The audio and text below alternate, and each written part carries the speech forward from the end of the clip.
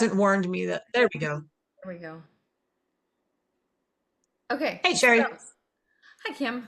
All right, so no, no, no, no, no, no, no. stop. No. Yeah, sometimes that gets so irritating. I know last time we were talking about like being able to say no to the kids. But now it's like, what do you do when the kid doesn't stop saying no? They've learned that word and it seems to be the terrible twos or terrific threes or whatever y'all are calling it these days. That once they learn the no, they're like, no, like they've got the power now. Okay, but the terrible twos, the tremendous threes, like whatever, like you said, whatever you have labeled it, More um, labels. more labels. So, but that's a normal growth and development milestone. That Mhm. is not, now, you got an 8-year-old doing it. I see that as a different thing. That's what do they call it now? What no, what is it called? Well, Oppositional defiance disorder. yeah, that's not what oppositional defiance disorder I is. call it being a brat. I call it being a brat. Yeah. Right. And this is one where um, I think we talked a little bit last time about turning no into a game and, like, no, Hmm. and you don't mean no. No has no power. So, again, it's getting parroted back because that's what has happened. No, no, no, no, no. Okay, so you think parents are saying no too often and that's what is coming back at them? Or is the kid just learning his own autonomy? Is he just learning that he has the power to say no and Okay, you need to listen to him that's now? a really good question.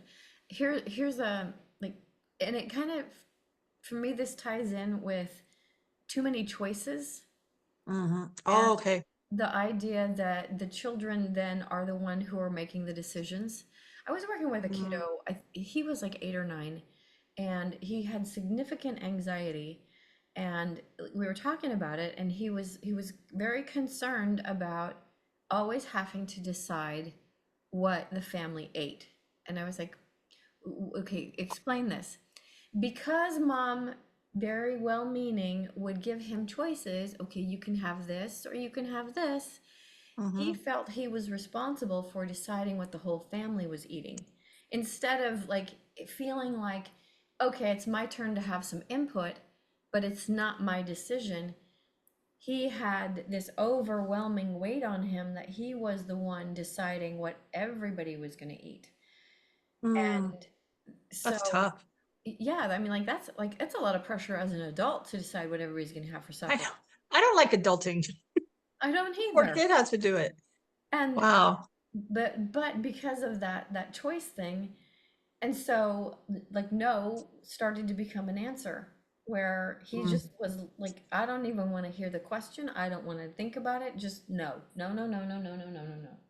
So for him, it was like a defense mechanism For him, it was. for him. For him.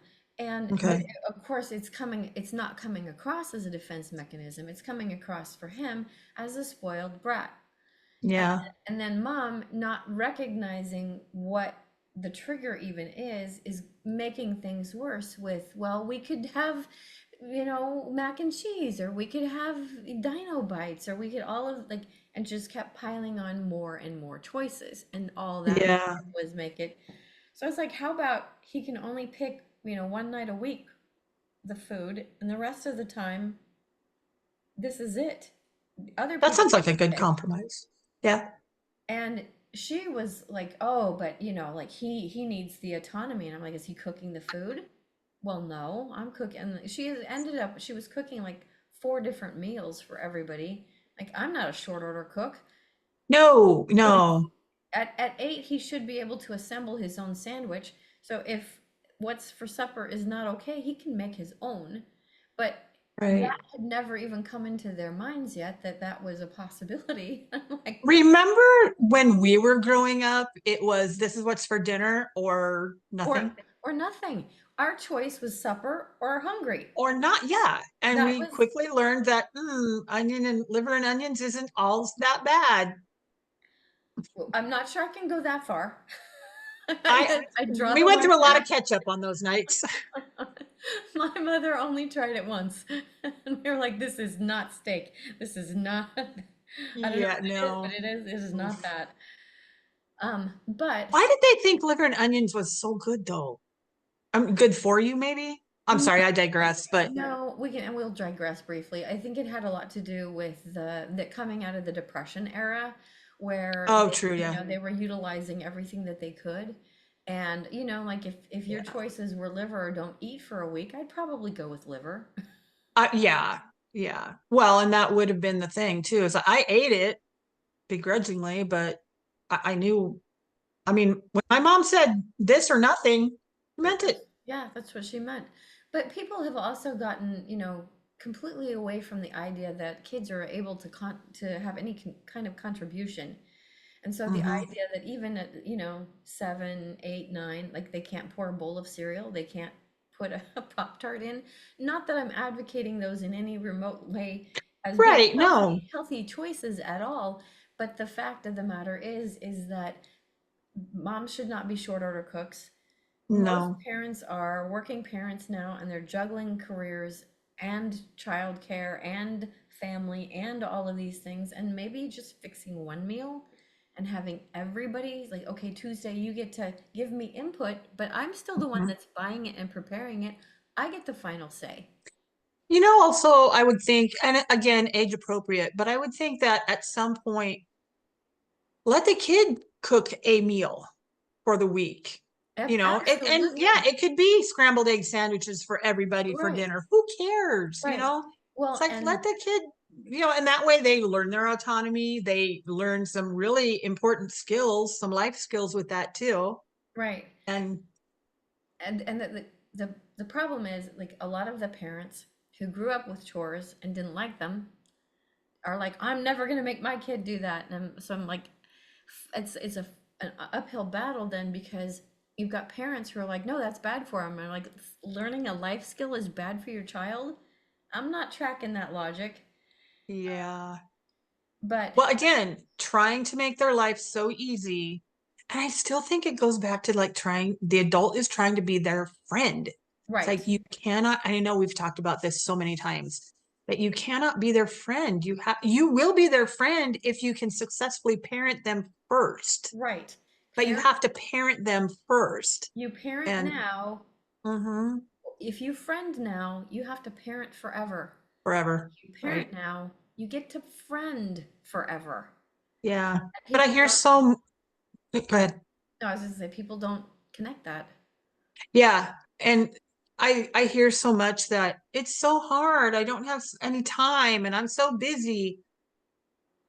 You have really only one job. And I'm sorry, this is probably not going to be popular out there, but you're a parent. That is your number one job. I don't care what you do outside of the house. Parenting is your number one job, period. Period. And that's the other thing, like that myth that we can have everything. You know, oh, I Mhm. want my career, I want my family, I want this. Okay, yeah, you can have it all. You can't have it all at the same time. Right. And there's nothing wrong with that because, I mean, like, I remember being a kid and it was like easily 12 or 13 years between Christmas and Easter. Do you remember that? It was like Mhm. never ending, right? Right. Yeah. And now it's like 10 minutes later, you're like, oh, shit. Yeah. Well, So we're staring down the holiday season right now as right, we speak. right. And Here we time go. flies. Your 1 year old, that infant will be an infant for less than a year. And then you've got a Mhm. toddler for just a couple years. And then you've got, you know, we keep each one of these, it's just a very tiny amount of time. And if you do it correctly, then you get to have somebody who is well adjusted, helpful, on your side, all of the Mhm. things that you want in another human being. And if you do it incorrectly, you have created a completely dependent being that is going to suck the life out of you. That And 45-year-old who's still living at home yes, exactly. Um, and I know some parents that are perfectly okay with that. And because they can't let go. They can't let go there, of their kid. They there, can't that control, there is the control. And we've gotten way away from no. way away from now. I don't know if you want to Well, revisit no, we're kind no. of no adjacent, I think. Um, well, Because you were talking about choices and the kid, and I know we've talked about, and I don't know if this kind of has to do with the no, because and we've disagreed on this about the choices, and you said that a little bit earlier about there's too many choices. Because I'm thinking, well, if the kid says, no, I don't want that, it's like, well, do you want pancakes or eggs for breakfast? So you have a choice. Or, but you're saying pancakes or nothing? yes, I feel like Okay. yeah, I used to be fully on board with, oh, we'll give them a choice, pancakes or eggs. And then I started with working with too many kids who were like, that's even that choice is overwhelming. Because Oh. like the 8-year-old I was talking about earlier, in Hmm. his mind, this choice wasn't just for him. He was deciding for everyone, and that was way too much Right. responsibility. He didn't want that responsibility. Um, I also feel like it has like given here's the other thing that I've seen happening. You give them a couple of choices, and then at a certain stage of development, they realize, oh, there is another choice. Mom said pancakes or eggs, and mom's thinking preparing pancakes or eggs, right? Hmm. Kid Right. says, no, I want French toast. Or I want this. I want mac and cheese. I want because now they're Mm. learning that, oh, hey, wait a minute. I am the one in charge. So it can go the other way as well, where Okay, now gotcha. you're creating a small dictator who is like, gimme the this. It's all about me and what I want. Because Oh yeah, everything because is my what here, this is what sire, what mom's would you like? comfortable. Yeah, here's what's mom's comfortable with. I'm gonna throw mom off and I'm gonna do me. Ah, you're brilliant. No, I'm just paying attention to That's awesome. Yeah. and Well, but then I see that in the classroom where the teacher says, okay, so here's our agenda for this week. This is what we're gonna do. And kid right, says, you're right. funny. Right. And has the idea that they can negotiate with you because they can negotiate at home. That's what I'm the mean teacher. You never teach us anything. It's like, Yeah, me. How dare you insist on things like grammar in an English class? I know, Kid, right? what are you thinking? That wasn't my choice. I chose not to put the apostrophe there. Um, Yeah. well, Okay, I but see what you're saying. Yeah, that makes total sense then. right. And it's the same thing like one little And in girl. sense, that's the kid saying no, right? Exactly. Exactly. Yeah. That's the kid saying no to eggs, no to pancakes, it's completely changing the agenda. Right. And Okay. it's also the perfect way to set up really picky eaters because Ooh, if you're always right. catering to like, oh, all they eat is mac and cheese. Well, that's because that's all they demand and you're giving into that demand. Mm-hmm. Um, do we all like I don't know, like I've never seen a baby who actually liked to eat beets, but we still have lots of No, but that's why you give baby them that food. first. So like it's okay, that's really smart. Yeah. Give them the icky veggies first and then start giving them the sweet because then they're like, now they're Oh, used to this is yummy. And anytime they start backing down, you bump up the beet consumption again. it. That's a Hmm. really good idea. That's some reverse psychology in action. And Yeah. but kind of back to boundaries in this, like a personal Hmm. boundary I had with my kids was you have to have 3 bites of a new food before we'll move on from it Hmm. because you anybody can take 1 bite and be like, oh, I don't like this. So Right. 3 bites, and then okay, you tried it. I'm willing to acquiesce that, no squash for you. Yeah. I think we called that the no thank you bite. I don't know. I didn't invent that. I don't know where I got it from, but I think the kids actually came home from school with it once. Said you have to take a no thank you bite. Like you have to try it, and Yeah, then they'll try it and say, "Oh, okay, that's not right, so bad." right. And the reason that because I like a lot of times the first bite there is new texture, there's new flavor, Hmm. there's new stuff, and so that's why I was like 3 because That that makes gives you a sense, little bit of time to adjust to it and really kind of right? make up your mind. And Hmm. that's one of the things that like I don't think that parents realize that they're doing in some of these situations is that even giving the kids like these are your choices you think you're allowing them to make up your mind, but you're creating more dependence because Mhm. who's going to narrow down the choices for me throughout my life? And Oh, good point. Yeah. over time, mac and cheese, mac and cheese, mac and cheese, mac and cheese, and then I never have to think about it. I never have to worry about it. I never have to try anything new, and that all that does is just increase anxiety because everything new is scary. Yeah, because when mac and cheese isn't on the menu at school in the cafeteria, now you're standing there having to make a choice between something else and you freeze because you don't know what else there is. Right, exactly. Truth. Yeah. Like I think it depletes the ability to have resilience. I mean, like, I think it alters how people can logic. Yeah.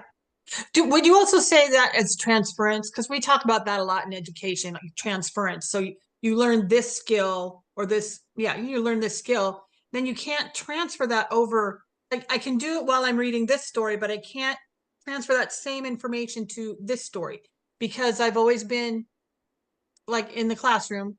Oh, choose what you want to read. Choose what makes you comfortable. We're only going to work on the skills that you're comfortable with. It's like that doesn't work. You never get better. You never grow. Right. No, exactly. And you're exactly right. As far as like the transference, that's a developmental skill that happens, at a certain stage. Mm-hmm. But what precipitates it is some of the successes, some of the activities that you can transfer. Mm-hmm. Mm-hmm. And if you cannot like successfully try a new food, then you've never learned that, like, okay, half of the foods I try, I might actually like. You'll never become a gourmet cook if you only try mac and cheese. Right. Um, there are, it's an interesting, and I'm probably going to get myself in a lot of trouble here, but it's an interesting concept to consider, like, are we actually creating a generation of autistic people? Oh my gosh, that's so funny you say that because I used to call that um something autism social autism when people Well, are on their cell phones like they're just so focused on one thing. Social oh, autism, I think is what I oh, called it. it's just too overwhelming. All of the sounds. Oh, it's just too overwhelming. And I mean, Hmm. like, like, I would never take a child to a shooting range or anything, Right. but like, kids that are never exposed to other things never learn, I can handle this, and so then they can't handle it. Simple Hmm. things like going to a baseball game, open air, lots of noise, right? Lots of, Hmm. okay, instead of like going and experiencing it and having a conversation and seeing everybody, oh no, put your earmuffs on, put your protectors on, oh it's okay, we'll leave, we'll. Isolation. Yeah. So now we've taught them that they don't have to learn how to handle anything bigger or louder. They don't have to do these things because they're dependent on mommy and daddy. Mommy and daddy are going to take care of everything forever, Hmm. and that's what they're lining themselves up to do. To make them feel comfortable, to make them feel safe, to make them feel seen. Right. And And I mean, obviously, we're not advocating, make your child be hungry and tired and cold. oh, heck no. See, Obviously and not. but that's the thing that come up with all of the trends in Right. parenting is like it's an all or nothing kind of thing. They never talk about, and by the way, speaking of, and I'm just going to throw this out there, probably get us both in trouble on this one, but I have yet to find any empirical data advocating gentle parenting. It's all anecdotal. It's all anecdotal, or If you find anything, please let me know in the it's comments. Anybody out there, right. please give me the empirical data that shows that it works. And that's what, Cheri, do you want to talk about the survey? Would this Uh, be a good time to talk about that? sure. Or you talk while I find the QR Okay. code. So in saying that, we actually are doing a study about how well gentle parenting is helping parents to cope with their anxiety and how helpful it is for parents to have that guidelines for you. And so we've got this survey and it says that it takes a while to do, but I think Cheri, you know the professional reason why that is. But in actuality, we've had a couple of people test drive it, and it only takes about 10 minutes to do the entire thing. So it might look daunting, but it really doesn't. And we've got a QR code. And if you go to our Facebook page, Parenting is Not a Trend, it'll be there as well. And now I can't find the right button to share the screen. Of course. And y'all have to bear with us because we were not born with the tech gene. That's We're right. Gen X. We're the We ones don't that know how to do ruined it. Give me where's my garden hose? that. Okay, here we go. I got it now. Okay. Okay. All right. Should be up now. So this is Yeah. the QR code, and like Kim was saying, we did have people test drive it. It should be about 15 minutes.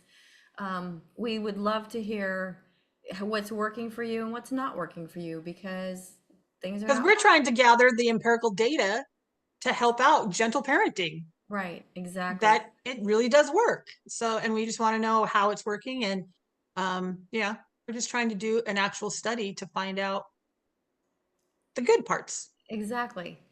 All right. In the meantime, just parent. Just parent. Just parent.